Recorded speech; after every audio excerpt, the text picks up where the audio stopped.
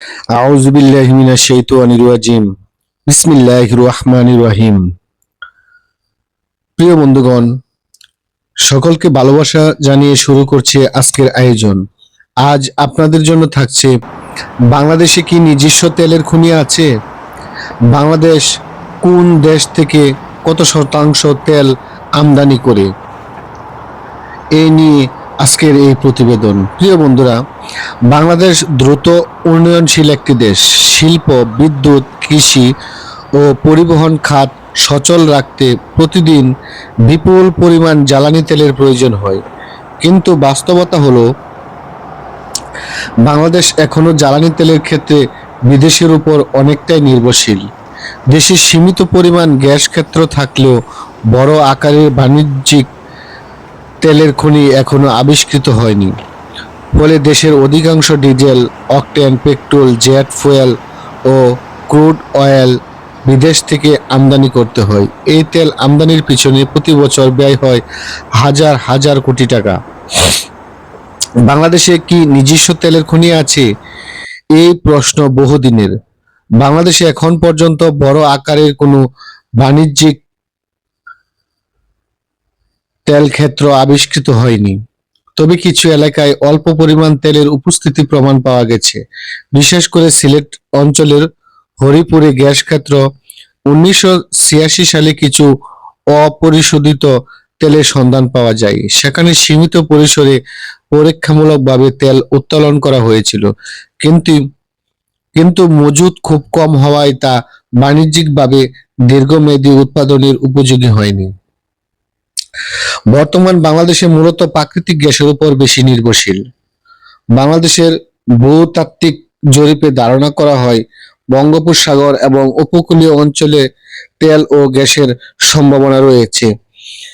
বিশেষজ্ঞরা মনে করেন, সমুদ্রের গভীরে এখনো অনেক অজানা জ্বালানি সম্পদ থাকতে পারে। এই কারণে সরকার বিদেশি কোম্পানির সঙ্গে যৌথভাবে অফশোর অনুসন্ধানের চেষ্টা চালাচ্ছে। কক্সবাজার উপকূল, চট্টগ্রাম ও সিলেট অঞ্চলে বিভিন্ন সময়ে অনুসন্ধান কার্যক্রম পরিচালিত হয়েছে। তবে এখন পর্যন্ত মধ্যপ্রাচ্যের মতো বিশাল তেল ক্ষেত্র বাংলাদেশে পাওয়া যায়নি। বাংলাদেশের তেল আমদানির সবচেয়ে বড় অংশ আসে মধ্যপ্রাচ্যের দেশগুলো থেকে, বিশেষ করে সৌদি আরব, সংযুক্ত আরব আমিরাত, ইউএই, কুয়েত ও ওমান। বাংলাদেশের প্রধান জ্বালানি সরবরাহকারী দেশ। আনুমানিক বাংলাদেশের মোট তেল আমদানির প্রায় 40 থেকে 50% মধ্যপ্রাচ্য থেকে আসে, কারণ এই অঞ্চলে বিশ্বের সবচেয়ে বড় তেল মজুত রয়েছে এবং দীর্ঘমেয়াদী সরকারি চুক্তির মাধ্যমে সহজে সরবরাহ নিশ্চিত করা যায়। আন্তর্জাতিক রাজনীতিতে উত্তেজনা তৈরি হলে বাংলাদেশের জ্বালানি খাতও সরাসরি প্রভাবিত হয়। সৌদি আরব বাংলাদেশের অন্যতম বৃহৎ জ্বালানি অংশীদার। ধারণা করা হয়, বাংলাদেশের মোট অপরিশোধিত তেল আমদানির প্রায় 20 থেকে 25% সৌদি আরব থেকে আসে। সৌদি আরবের রাষ্ট্রায়ত্ত কোম্পানি আরামকো বিশ্বের অন্যতম বড় তেল সরবরাহকারী প্রতিষ্ঠান। বাংলাদেশে ব্যবহৃত অনেক জ্বালানি তেল সৌদি আরব থেকে সমুদ্রপথে চট্টগ্রাম বন্দরে পৌঁছায়। বিশ্ববাজারে সৌদি আরবের উৎপাদন কমে গেলে বাংলাদেশের জ্বালানি ব্যয় বেড়ে যায়। সংযুক্ত আরব আমিরাত বা ইউএই থেকে বাংলাদেশে বিপুল পরিমাণ তেল আমদানি করে। আনুমানিক 15 থেকে 20% তেল জ্বালানি ইউএই থেকে আসে। বিশেষ করে ডিজেল ও ফার্নেস অয়েল আমদানিতে এই দেশ গুরুত্বপূর্ণ ভূমিকা পালন করে। বাংলাদেশের বিদ্যুৎ কেন্দ্রগুলোর একটি বড় অংশ তেল নির্ভর হওয়া ইউএই এর সঙ্গে স্থিতিশীল সম্পর্ক বাংলাদেশের জন্য অত্যন্ত গুরুত্বপূর্ণ। কুয়েত ও ওমান থেকে উল্লেখযোগ্য পরিমাণ জ্বালানি আমদানি করা হয়।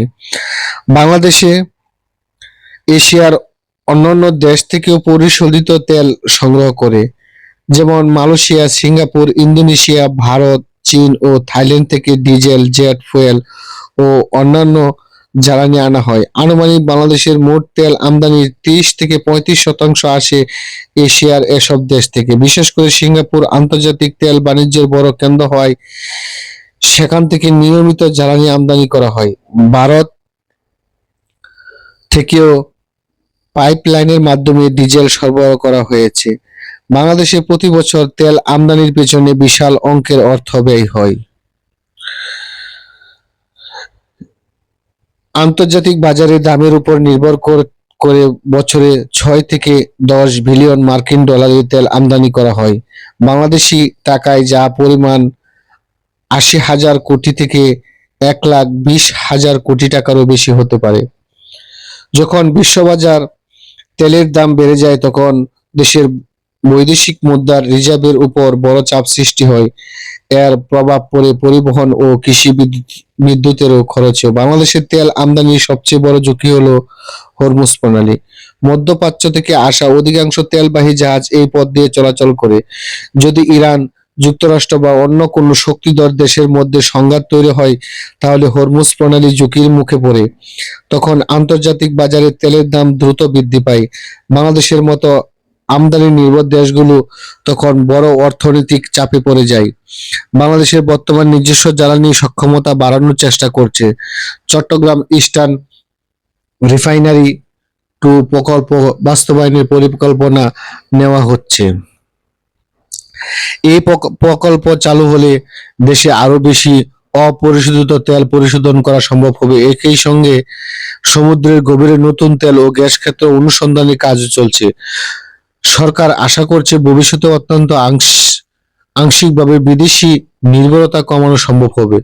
বিশেষজ্ঞদের মতে বাংলাদেশে বড় আকারে তেলের খনি না থাকলেও গ্যাস ক্ষেত্রে সম্ভাবনা এখনো অনেক রয়েছে। বর্তমানে দেশের বিদ্যুতের বড় অংশ প্রাকৃতিক গ্যাস দিয়ে উৎপাদন করা হয়, কিন্তু গ্যাসের মজুদও ধীরে ধীরে কমছে। ফলে নবায়নযোগ্য জ্বালানি যেমন সৌরবিদ্যুৎ, বায়ু শক্তি ও পারমাণবিক শক্তির দিকে গুরুত্ব বাড়ছে। রংপুর পারমাণবিক বিদ্যুৎ কেন্দ্র চালু হলেও জ্বালানি খাতে কিছুটা চাপ কমাতে পারে। প্রিয় বন্ধুরা, পরিশেষে বলা যায় বাংলাদেশে এখনো জ্বালানি তেলের জন্য বিদেশের উপর ব্যাপক নির্ভরশীল। দেশে সীমিত পরিমাণ তেলের সন্ধান পাওয়া গেলেও তা জাতীয় চাহিদা পূরণের জন্য যথেষ্ট নয়। আমাদের দেশ খনিজ সম্পদে নির্ভরশীল একটি দেশ। এই দেশে প্রচুর পরিমাণ তেল, গ্যাস এবং খনিজ সম্পদ রয়েছে, যা আমাদেরকে খুঁজে বের করতে হবে।